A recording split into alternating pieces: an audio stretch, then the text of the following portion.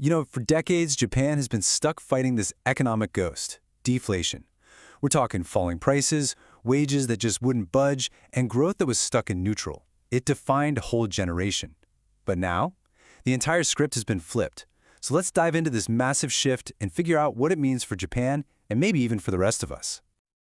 And this is it. This is the big question. After all this time trying to create inflation, Japan finally has it. The problem is, what on earth do you do next? I mean, how do you steer an economy when the rules of the game have just completely changed, almost overnight? Okay, so to really get why this moment is so huge, we have to rewind a bit and look at the long, really difficult journey that got Japan to this point. This wasn't just some short-term slump. We're talking about a 30-year economic saga. It all kicked off way back in 1989. A massive economic bubble just burst, and it plunged the country into what people now call the lost decades. For years, the government tried all sorts of things, but deflation, that constant, nagging drop in prices, it just would not go away. Then, in 2012, something totally different happened. They called it Abenomics, and you can think of it like a massive 1-2 punch. First, the government started spending a ton of money on things like public projects. That's your fiscal stimulus. At the same time, the central bank was flooding the economy with cheap money. That's the monetary easing. It was a giant jolt to the system, and, well, after about a decade, it seems like it finally did the trick. And this is where the plot thickens. The old enemy, deflation, is gone. But now Japan is staring down a brand new challenge on the total opposite end of the spectrum, rising inflation. And the cure for the old disease? Well, it could be poison for this new one. The source material we're looking at uses this brilliant metaphor to explain the situation. It asks us to imagine the Japanese economy as a rocket trying to blast off and escape Earth's gravity. So, here it is, the multi-trillion-dollar question. Has the economy actually achieved escape velocity from deflation's gravitational pull? Or is it still in danger of stalling out and falling right back down to Earth?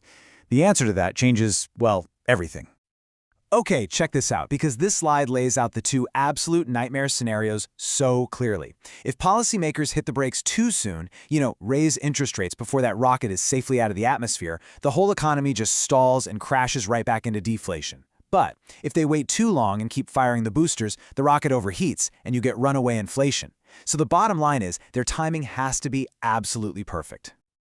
And this quote right here, it just nails the new reality. The old strategy was famously called the Kuroda bazooka for a reason. It was all about firing massive amounts of money at the problem. But trying to use a bazooka when you really need a scalpel, that's just a recipe for disaster.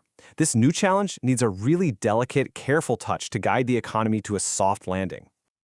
So, if the old medicine is suddenly way too strong, what's the new prescription? Well, the focus has to shift from just creating any kind of growth to managing it in a way that actually helps everybody. This chart is great because it shows you what regular people are actually feeling in their wallets. Prices for everyday stuff are shooting up, but wages? Yeah, they're lagging way behind. Now, the source does say that this is pretty typical in the early stages of inflation, and that wages should catch up eventually. But for a lot of families, that's a really big if.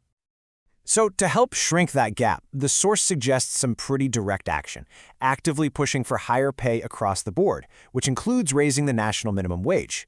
The goal is to make sure this new economic growth isn't just felt at the top, but that it's shared by everyone. Okay, this next part brings us to a really provocative and honestly pretty counterintuitive argument from the source about what a truly healthy economy needs. I mean, wow, that's a pretty intense statement, right? The argument is that for decades, these ultra-low interest rates have kept countless unproductive, failing businesses alive, what they call zombie companies. And while maybe that was necessary during the deflation years to stop mass bankruptcies, the thinking now is that it's actually holding the entire economy back. So the idea is that letting these zombie companies fail is actually a kind of healthy economic metabolism. It's definitely tough, but it clears out the dead wood, it frees up capital and workers, and it makes room for new innovative companies to pop up and grow. And that, in the long run, is what drives real sustainable growth for the whole country. So where does this all leave us? Well, we've gone from an economy that basically needed a defibrillator to get its heart started to one that now needs an incredibly delicate balancing act. This table just lays it all out perfectly. The old playbook, over on the left, was all about brute force, right? Massive stimulus, the monetary bazooka, anything and everything to escape deflation. But the new playbook on the right, it's all about finesse. It's about shifting from escape to control, using careful, strategic spending and gradual rate hikes to manage inflation, not just blindly create it. And that, right there, is the biggest takeaway from all of this. Economic policy isn't some one-size-fits-all thing. It has to adapt. The very tools that saved Japan from deflation could become the cause of its next crisis if policymakers don't recognize that the game has completely changed. Which leaves us with the final, critical question.